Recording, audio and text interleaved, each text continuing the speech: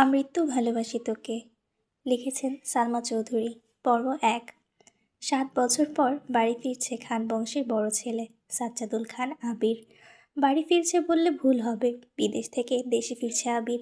এই ৭ বছরে খান বাড়িতে ঘটে গেছে অনেক ঘটনা, যার সাথে সশরীরে যুক্ত নেই আবির, তবে আত্মিকভাবে প্রতিটা ঘটনায় জড়িয়েছে সে। আবিরের বাবা চাচা ৩ জন। আবিরের বাবার সবার বড়, নাম আলী আহমদ খান। তানভীরের বাবা মেঝো, নাম মোজাম্মেল খান। ছোট চাচুর নাম ইকবাল খান। আবির তার বাবা মায়ের একমাত্র ছেলে। মেঝো চাচা মানে মোজাম্মেল খানের এক ছেলে এক মেয়ে। ছেলের নাম তানভীর খান, মেয়ের নাম মাহাদিবা খান মেঘ। ছোট চাচার এক মেয়ে এক ছেলে মিম আর আদি। এখনও তারা এলাকায় যৌথ পরিবারগুলোর মধ্যে শ্রেষ্ঠ।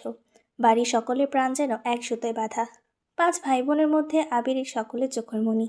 আবিরের জন্মের পর তার বাবা মা দ্বিতীয় সন্তান নেওয়ার চিন্তাই করেননি। এইচএসসি পর্যন্ত সে বাড়িতেই ছিল, সবার নয়নের মণি। আবিরের চাঞ্চল্যে মেতে থাকতো খানবাড়ি। আচমকা যেন পরিবেশটা পাল্টে গিয়েছিল। ১৮ বছর বয়সে আবিরের হঠাৎ করে স্কলারশিপে বিদেশ পড়তে যাওয়া।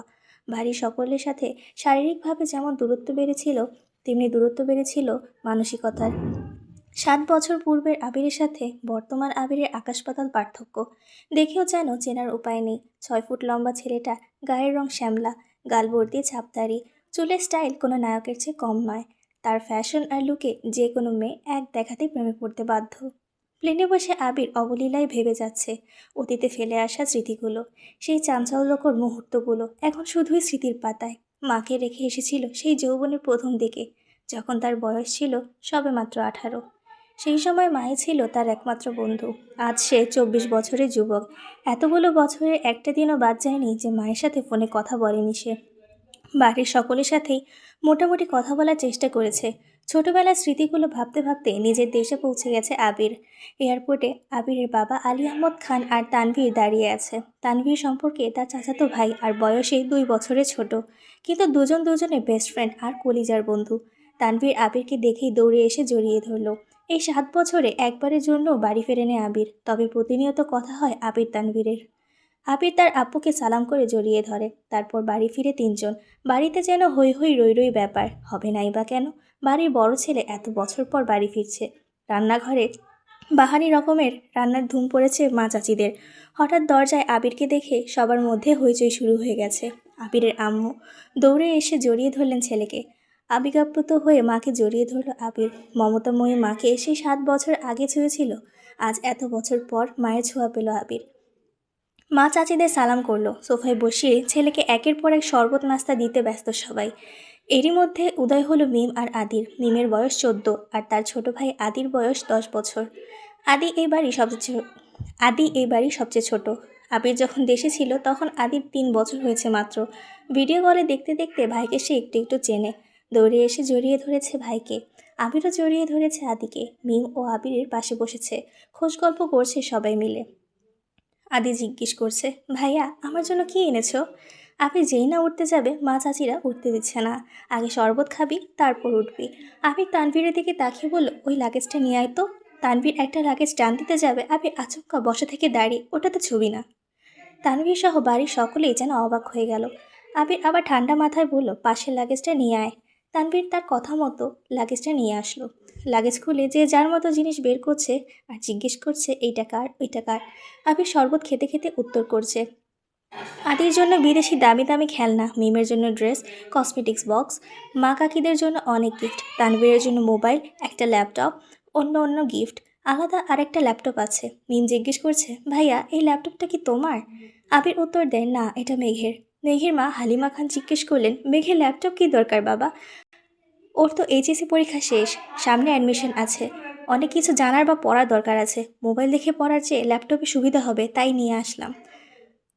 আমার জন্য একটা নিয়ে আসতে। আবির অবলীলা হেসে উত্তর দিল, তোর ১৮ বছর হলে তোকেও কিনে দিব, চিন্তা করিস না। মিম খুশিতে গদগদ হয়ে বলে, ধন্যবাদ ভাইয়া। বাড়ির হইচই শুনে ঘর থেকে বের হলেন ছোট চাচা ইকবাল খান। আবির চাচ্চুকে দেখেই সালাম করতে যায়। চাচ্চু বাধা দিয়ে জড়িয়ে ধরেন ভাতিজাকে। ইকবাল খান বাড়ির সকলের দিকে এক পলক তাকিয়ে নরম সুরে বলেন, এতদিনে বাড়িটা পরিপূর্ণ হলো। ইকবাল খানের জন্য আনা উপহার আবির নিজ হাতেই চাচ্চুকে দিল।